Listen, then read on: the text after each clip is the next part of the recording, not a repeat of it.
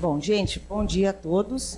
Nós recebemos hoje com muito prazer um colega muito querido do nosso departamento, que é o professor Hermes. Para quem não conhece, os mais jovens, o Hermes foi nosso aluno, foi nosso residente de ginecologia e obstetrícia, foi nosso pós-graduando e hoje é professor no departamento de patologia. Tá? É uma pessoa que tem trabalhado mesmo do departamento de patologia muito junto com a gente a respeito dos aspectos éticos, dos aspectos legais. Ele, além de médico, ele fez faculdade de Direito, então é também advogado. E ele é uma pessoa com quem a gente conta sempre, tanto para discussão de casos, quanto para apresentações como essa que a gente fez um questionamento bastante difícil, né? Qual é o limite ético da humanização obstétrica? Então, seja muito bem-vindo. Muito obrigado. Certo? E a gente vai agora ouvir a sua impressão desse tema. Muito bom dia. É um prazer enorme voltar a casa, né? E hoje nós vamos falar um pouquinho sobre limites éticos da assistência obstétrica, da humanização na assistência obstétrica. A assistência obstétrica nos últimos 20, 40 anos sofreu uma mudança muito significativa. Eu, por exemplo, nasci lá na década de 70 de parto domiciliar, né? Eu nasci em casa. E eu nasci em casa porque minha mãe, 2 anos antes, tinha tido um parto hospitalar e tinha perdido o neném, né? Provavelmente num descolamento de placenta, não sei exatamente, ela não sabe explicar muito bem, mas 2 anos depois ela preferiu ter o parto em casa com uma benzedeira, né? Então eu nasci nas mãos de uma benzedeira, né? A dona Nenê. Isso em 70, né? E lá em 70, né, o fenômeno da hospitalização do parto ganhou corpo, né? Os partos passaram a ocorrer no hospital. Eu acho que eu fui um dos últimos dessa leva, né, que nasceu em casa. 20 anos depois, década de 90, eu estava aqui na Faculdade de Medicina, fazendo estágio do 4º ano na obstetrícia, 5º ano, 6º ano, depois residência, como a professora Silvana falou. E na época, a prescrição que a gente preenchia para uma paciente que estava entrando para fazer o parto era mais ou menos aquilo ali, ó: jejum, soro com ocitocina, tricotomia, flitenema, repouso no leito. Eram 6 ou 7 itens que era para todo mundo, para todo mundo. O que é interessante disso? Depois de 20 anos, nada disso subsistiu, nada disso é prescrito hoje, com 20 anos, depois de 20 anos. Então é uma mudança muito drástica. Eu falo que quem saiu daqui do departamento no ano que eu entrei, não viu nada disso. Teve que aprender depois na prática essa mudança. Agora, então hoje, geralmente, quando interna é dieta, você prescreve, né, mas não tem prescrição específica. Tá? Se isso aconteceu na assistência obstétrica, se essa mudança toda aconteceu nesses últimos 20 anos, imagine na questão do manejo ético da situação, né? Muita coisa mudou. E se eu tivesse que eleger 2 coisas que impactaram muito na nossa atividade, né, de mudança na parte ética, a gente respeitar a autonomia do paciente, a crescente autonomia que o paciente tem para decidir coisas a respeito de tratamento médico. E a outra coisa, a responsabilidade que o médico tem nas suas ações. Ele passou a ser cobrado, né, nas diferentes esferas por suas ações. Então, essas são as 2 palavrinhas que eu acho que mudaram o sentido muito nos últimos anos. A autonomia do paciente, que cresceu muito, e a responsabilização do médico, a responsabilidade do médico pelos seus atos, né? E aí é que eu considero importante a gente ter alguns conhecimentos básicos de ética, né? Primeiro, para garantir que a paciente exerça a sua autonomia e, no caso específico da assistência obstétrica, garantir que a paciente tenha direito, né, à assistência obstétrica adequada. Então esse é um primeiro ponto. O outro ponto, minimizar os riscos de responsabilização do médico na esfera ética, civil, penal. Então esse é o sentido da gente estudar ética. Na nossa conversa aqui específica, nós vamos falar de limites éticos da autonomia da gestante. Para fazer isso, eu gosto de fazer um bate-bola para a gente tentar construir esse conceito, construir essa questão assim, ao longo dos exemplos. Então nós vamos dar uns 4 exemplos, depois mais 2 exemplos, para a gente ir construindo sem precisar ficar mostrando Normas, normas e normas, porque isso é muito enfadonho, muito chato. Tá? E é isso que a gente vai fazer. Reflexão. Ó, o primeiro caso ali. O paciente tem o direito de escolher passar 5 horas sob anestesia geral para fazer uma abdominoplastia, uma mastoplastia para fins puramente estéticos. Veja, 5 horas, anestesia geral, cirurgia de risco, ela não está doente, tá? mas ela quer fazer. Ela tem direito de fazer? Tem direito de fazer, claro que tem. Mas se a gente se perguntar, mas por que ela tem direito a se submeter a um risco sem ter doença nenhuma? A questão é estética. Por quê? Porque não tem outra alternativa. Não tem remédio para tratar abdômen avental, por exemplo. Não tem remédio que trata, isso é só cirurgia. A pessoa pode até ficar bem com o abdômen avental e não querer fazer cirurgia, tudo bem. Mas se ele quer resolver aquela questão, não tem outra alternativa. Ela tem que fazer cirurgia. Então, por isso que eticamente está correto, ela tem direito de se submeter. Inclusive 5 horas de cirurgia e todos os riscos. A outra questão, o paciente tem o direito de escolher uma abordagem cirúrgica para seu câncer de mama, se radical ou conservadora? Claro que câncer de mama, nessa situação, eu estou falando de um câncer de mama estadio inicial, um câncer de 1 centímetro, em que é possível fazer a cirurgia conservadora, mas, em vez disso, pode haver paciente que diz, olha, doutor, eu preferia fazer a cirurgia radical, retirar a mama toda para diminuir o risco de recidiva local, eu não quero fazer radioterapia, eu prefiro retirar tudo, fazer uma reconstrução, eu fico mais seguro assim. Né? É possível ela escolher, né, entre essas duas alternativas de tratamento? É possível. Por quê? Porque elas existem mesmo, as duas alternativas. Claro que tem prós e contras para um lado e para o outro. Mas aí você vai expor isso aí, o médico expõe para a paciente e ela escolhe. Ok? Mais um pouquinho, né? Antes de prosseguir, é só lembrar que, tanto numa situação quanto na outra, a paciente precisa estar esclarecida para poder exercer a sua autonomia. Né? Continuando mais um pouquinho. Paciente de 60 anos, agora continuando a ginecologia, daqui a pouco a gente vai para a obstetrícia. Paciente de 60 anos tem uma massa ovariana altamente suspeita de malignidade. Ela tem o direito de escolher que a cirurgia seja laparoscópica apenas com ovarectomia unilateral, sem exame perioperatório? O que acontece aqui é o seguinte, uma paciente com uma massa altamente suspeita de malignidade, ela precisa ser submetida a uma cirurgia para estadiamento cirúrgico e precisa fazer um exame perioperatório. Né? Confirmando, ela vai fazer uma cirurgia grande, né? Esterectomia, oforé, omentectomia, biópsias e tal. Muito bem. A alternativa de retirar o ovário, só o ovário, e não fazer mais nada, numa paciente de 60 anos, ela não melhora prognóstico, ela não tem sentido do ponto de vista médico, isso só vai implicar em risco para o paciente. Risco na cirurgia sem nenhum benefício. Não tem sentido atender esse pedido dela. Não tem sentido. É a mesma coisa dela falar para você, doutor, estou com medo de ter apendicite no futuro, o senhor tira meu apêndice? Marca uma cirurgia para o senhor tirar o meu apêndice profilaticamente?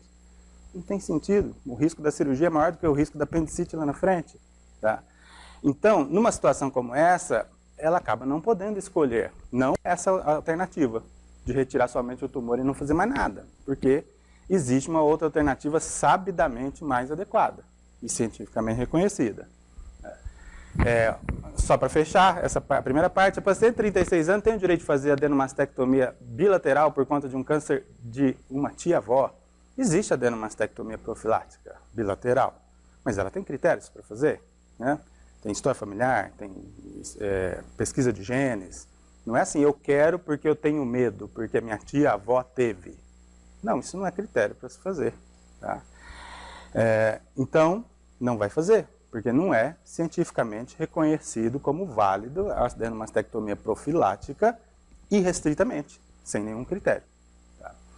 E aí, com esses casos aí, o que a gente chega a uma primeira, é possível chegar a uma primeira conclusão? Que o direito de escolha do tratamento médico limite-se aos tratamentos cientificamente reconhecidos. Não é possível escolher tratamento médico que não é cientificamente reconhecido, mesmo porque o médico é vedado ao médico implementar tratamento que não é cientificamente reconhecido, é o que está no artigo. É vedado ao médico deixar de usar todos os meios disponíveis de diagnóstico e tratamento cientificamente reconhecidos e a seu alcance, em favor do paciente. Então precisa. Esse é o primeiro limite da autonomia. Não é possível escolher tratamento alternativo que não é cientificamente reconhecido. Prosseguindo agora já na obstetrícia, né, mas não assistência, aliás, assistência ao parto. Sim. Puérpera de parto normal, 18 anos, com hemorragia puerperal refratária a tratamento clínico em choque circulatório. Ou seja, aquela paciente que ou você tira o útero dela, ou ela vai morrer na sua frente. Né? Ela tem o direito de se recusar e você, portanto, passa a ter o dever de respeitar a vontade dela e deixá-la morrer porque ela não quer fazer a cirurgia? Não. Não. Por quê? Porque ela está em risco iminente de morte. Em risco iminente de morte, a autonomia do paciente é mitigada, para dizer o mínimo, diminuída. Né? Ela não se leva em consideração na maioria dos casos. Choque circulatório, está em condição de decidir alguma coisa? Tá? Então, não é possível atender. Risco iminente de morte.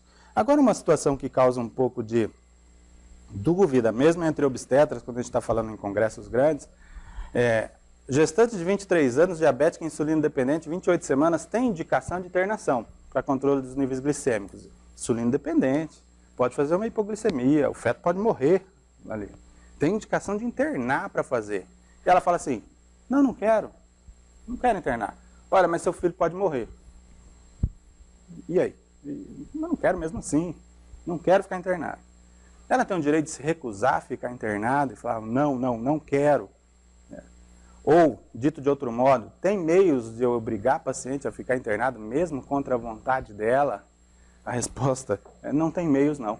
Ela tem direito de se recusar. Tá? E por que ela tem direito de se recusar? Porque ela não está, nem ela e nem o feto, em risco iminente de morte. O risco pode até existir, mas ele é futuro, não é iminente. Tá? Então, ela tem o direito de se recusar. E aí a gente entra, então, no segundo limite da autonomia. O primeiro só pode escolher tratamento cientificamente reconhecido, e o segundo, o direito de recusa de tratamento médico limita-se aos casos nos quais não há risco iminente de morte. Tá? E isso está no nosso Código de Ética, está em outros artigos também aí da legislação, mas o nosso é bem claro. É vedado ao médico desrespeitar o direito do paciente ou do seu representante legal de decidir livremente sobre a execução de práticas diagnóstico-terapêuticas. E aí vem a exceção, salvo em caso de iminente risco de morte. Nós ficamos, portanto, com os dois limites da autonomia. Tratamento cientificamente reconhecido, risco iminente de morte. Bom, qual que é o grande desafio? Tem um jornal, o Journal of Medical Ethics, um número de 2014, com vários artigos discutindo questões éticas em nascimento. Tá? E uma das perguntas que foi feita e que foi abordada ao longo do número, era essa. Quais são os riscos eticamente aceitáveis? Então, por exemplo, um parto domiciliar, que foi um tópico inicial, foi abordado. Quais são os riscos eticamente aceitáveis? Porque a literatura diz que, no que diz respeito a resultados finais, parece ser equivalentes, partos normais, hospitalares e domiciliares. Mas, por outro lado, também não há dúvida de que determinadas complicações ocorridas em casa, o manejo obstétrico é muito diferente no hospital. Né? Então, um descolamento de placenta, um prolapso de cordão, se acontece em casa, o manejo é bem difícil, o risco de sequelas, portanto, é maior. Tá? Então, os resultados finais podem ser equivalentes, mas as complicações, o manejo das complicações é diferente. Tá? Isso também é muito diferente dependendo do país, do local que você está. Uma coisa é fazer um parto domiciliar numa cidade pequena da Europa, com uma ambulância perto, com um hospital perto. Outra coisa é você fazer na periferia de Ribeirão Preto, né, com acesso difícil ao hospital. Então, são situações diferentes, riscos, portanto, diferentes. Mas quais são os riscos eticamente aceitáveis? O que é possível? É possível correr riscos em nome da autonomia do paciente? Qual que é o limite disso? E a outra pergunta na sequência é, deve-se encorajar os profissionais a prestarem menos atenção a alguns riscos em nome da autonomia materna? E essa é a pergunta, na verdade, final. Como equacionar a autonomia do paciente, que é o que cresceu aí nos últimos 20 anos, e a responsabilidade do médico, né, cuja apuração, responsabilização também cresceu bastante nos últimos 20 anos. Eu queria chamar a atenção para um artigo específico do Código de Ética que ajuda a responder um pouco essa questão. Olha só como é que está escrito o artigo 4º, nos primeiros. É vedado ao médico deixar de assumir a responsabilidade de qualquer ato profissional que tenha praticado ou indicado, ainda que solicitado ou consentido pelo paciente ou por seu representante legal. O que eu acho que está querendo dizer esse artigo? Está querendo dizer o seguinte: se você concordou com uma solicitação do paciente, você concordou expressamente, você está assumindo a responsabilidade por aquilo. Então, vamos dar um exemplo bem esdrúxulo, inclusive. A paciente fala assim: olha, eu quero fazer um parto normal no breu total, sem nenhum tipo de luz, porque eu li em algum lugar que isso é legal. Tá? Aí o médico fala assim: tudo bem, mas se eu fizer um parto no breu total, eu não vou conseguir ver o períneo, eu não vou conseguir ver, né, o que está acontecendo. Olha, mas se você quer, a gente vai fazer. Tá? Afinal de contas, é sua autonomia, a gente vai fazer. Se nesse parto tem alguma complicação grave, né, e você achar que isso é por falta de luz, você não vai poder dizer: olha, eu não vi porque ela queria fazer no escuro. Ela queria fazer no escuro, então eu não vi, não é culpa minha, é culpa sua. Porque você aceitou fazer no escuro. Né? Isso, não imagino que seja aceitável fazer um parto no escuro, total, breu total. Então, para dar um exemplo bem esdrúxulo, mas a gente vai caminhando nos exemplos. Tá? Com relação à questão jurídica, as diferenças culturais dos autores que escreveram aquele número, né, da revista com o Brasil, elas são gritantes. Então, em países desenvolvidos, faz parte domiciliar, por exemplo, as pacientes sabem que, ao optarem por parto domiciliar, alguns riscos vai correr, diferentemente de alguns do hospital, apesar dos resultados serem parecidos, resultados finais. E se acontecer alguma complicação, a tendência é que a própria paciente, os próprios familiares entendam que aquilo é uma complicação inerente ao procedimento e que aquilo não é culpa de ninguém. Aquilo é uma fatalidade. Tá? Então, tá lá. Nesses países que privilegiam a autonomia, em detrimento da beneficência, as complicações são vistas como inerentes ao procedimento. No Brasil, uma complicação que possa ocorrer num evento, num parto domiciliar, por exemplo, ela pode ser vista de modo diferente. Tá?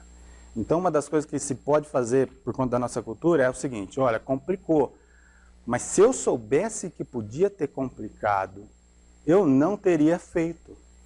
E o médico deveria ter me avisado disso. Se ele não me avisou, a culpa é dele. A cultura nós temos uma questão cultural aí, que é de não assumir as próprias responsabilidades. Não assumir. Isso é um fenômeno nosso. Então, está lá. Cada vez que o médico aceita uma situação que não pode controlar, quando a deveria, ele assume o risco e pode ser responsabilizado pelo resultado danoso. O que eu estou querendo dizer? Que o médico só pode aceitar fazer ou atender uma solicitação da gestante aquilo que ele pode controlar e que é cientificamente reconhecido como válido. Né? Mais um exemplo esdrúxulo. Não é tão esdrúxulo não, porque acontece. A paciente, durante o trabalho de parto, nem vou falar antes, não vou falar antes sim. Antes do trabalho de parto, ela fala assim para você: doutor, eu quero fazer meu parto com você, mas eu não queria fazer ausculta de batimento cardíaco fetal durante o trabalho de parto. Eu acho que isso é estressante, cada 30 minutos lá, né, e ficar ouvindo aquilo me estressa, eu não quero fazer. Tá? O médico concorda, fala: tudo bem, não vamos fazer. Tá? Se tiver algum problema, ele vai responder. Agora, e durante o trabalho de parto, que aí sim, essa é mais comum, né? Tá durante o trabalho de parto, ela fala assim: não, eu não quero que ausculta. E é durante o trabalho de parto, ela está internada no pré-parto. E ela fala: eu não quero que ausculta. Tem como obrigar a deixar ela auscultar? Não, você pode até ser persuasivo, né, tudo. Mas obrigar mesmo, se ela estiver relutante, não tem jeito. O que vai fazer? Preencher no prontuário e deixar claro que você não concorda com aquilo. Que a paciente se recusa, que você orientou quanto aos riscos da não ausculta, e que mesmo assim ela foi irredutível e que não permitiu a ausculta, tá? Porque não tem como você obrigar. a fazer. Mas tem que deixar claro que você não concordou. Porque senão amanhã o que vai ser dito? Olha, eu pedi mesmo para não escutar, mas o médico não deveria ter concordado. Ele que tem condições de saber o que é bom e o que é ruim para mim, porque eu não sou médico.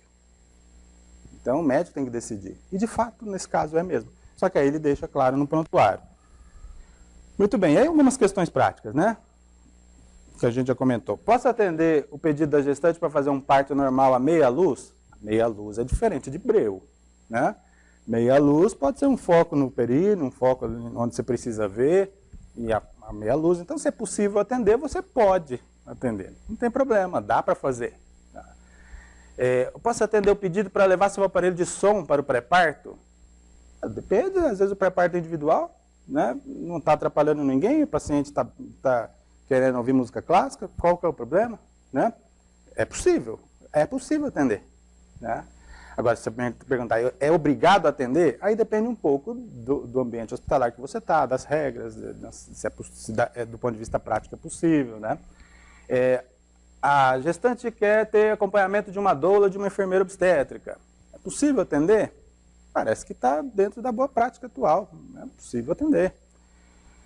Agora outra, essa já do dia a dia e é bem comum, né? O paciente quer um parto normal, mas não aceita a realização de episiotomia ou fórceps. Em hipótese alguma. Em hipótese alguma. Ela diz, eu quero parto normal, mas eu não quero fórceps. Em hipótese alguma. Quando eu estava aqui no departamento, eu sempre falava, não para o pessoal do departamento, porque eles já sabiam, mas para o pessoal fora, né? É que não é possível fazer parto normal sem a possibilidade de fazer um fórceps de alívio ao final. Porque imagina o polo cefálico em +3, cabelo para fora, faz uma bradicardia persistente, violenta, que quase bradicardiza a gente também, e você precisa ultimar o parto. O fórceps é o meio mais rápido, né? Mais seguro também. Nessa situação, se eu for obrigado a fazer uma cesariana porque a paciente não quer, olha o tempo que vai se gastar com esse neném +3, até tirar, e depois a dificuldade de se retirá-la da pelve, o aumento do risco de lesões maternas, né, muito grande. Eu vou concordar com isso? Eu tenho que concordar com isso? Não me parece adequado. Se o paciente vai fazer um parto normal, ela precisa saber que o fórceps é um instrumento que pode ser utilizado no último caso, mas não tem como abrir mão do uso dele. Né? Mas isso cai naquilo que a gente falou. Por que não dá para abrir mão do uso dele? Porque é o meio cientificamente reconhecido como melhor, mais adequado para ultimar o parto naquela situação. Não posso abrir mão dele. Né? Pode falar.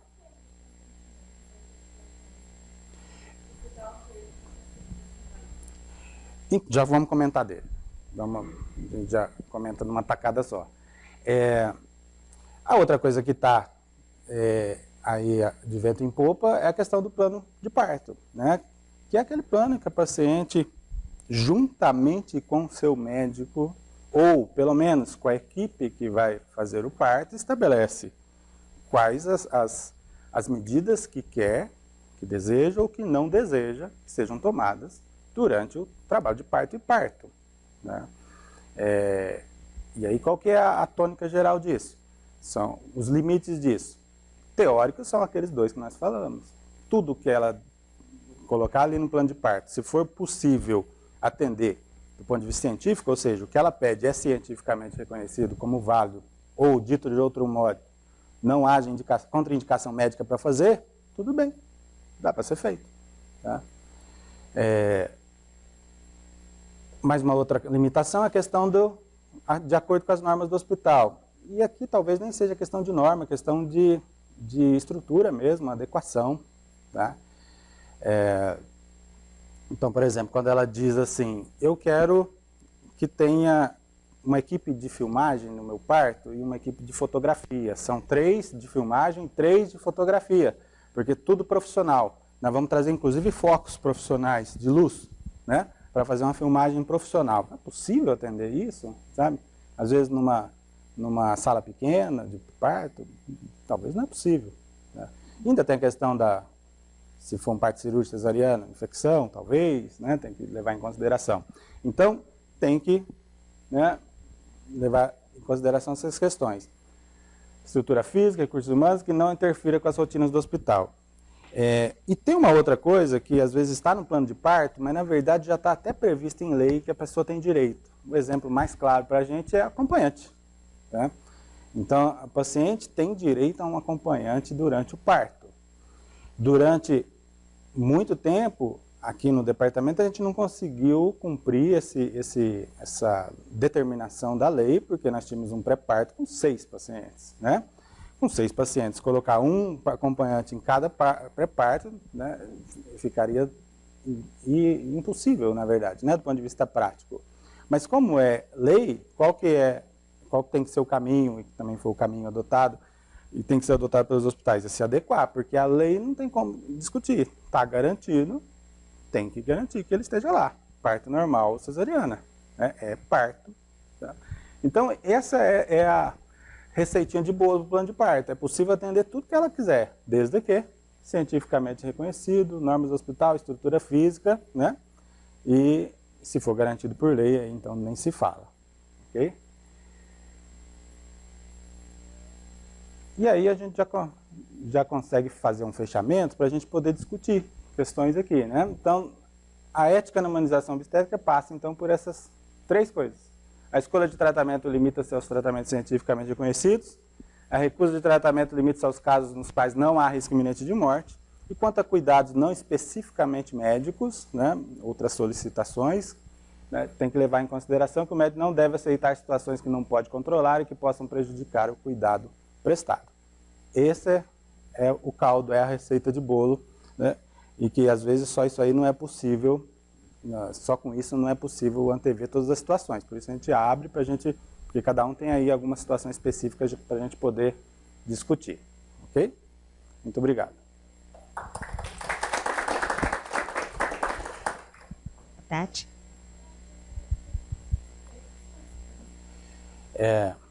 Termo de consentimento, né, ele é um documento que prova, que tem a capacidade de provar pura e simplesmente que o médico cumpriu com o seu dever de informação para com a paciente.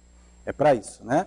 Ele não é um termo de isenção de responsabilidade e nem dá para falar que é um plano de parto, tá? Porque o plano de parto, ele especifica o que quer e o que não quer. O termo de consentimento é prestar informações, quais são os riscos, né, daquela situação, os benefícios, tudo.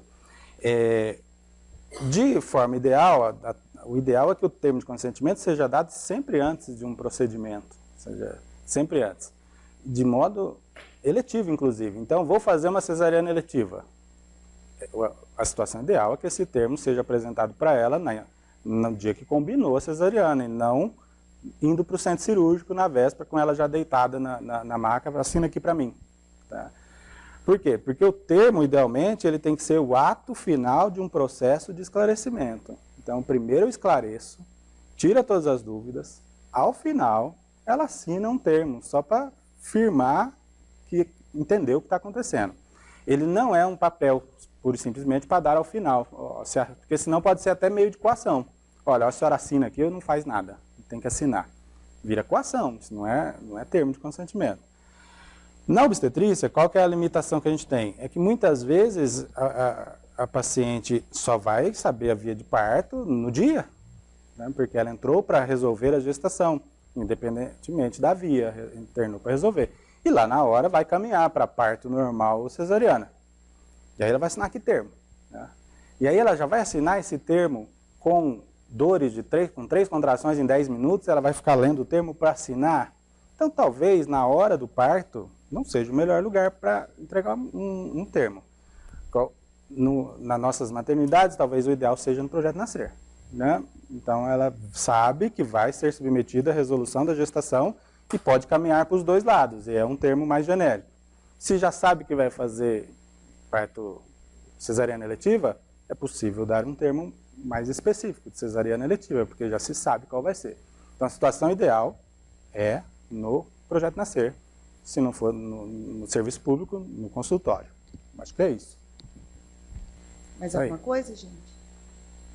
Muito obrigada, Hermes. Volte sempre. Opa! A casa torna. certo?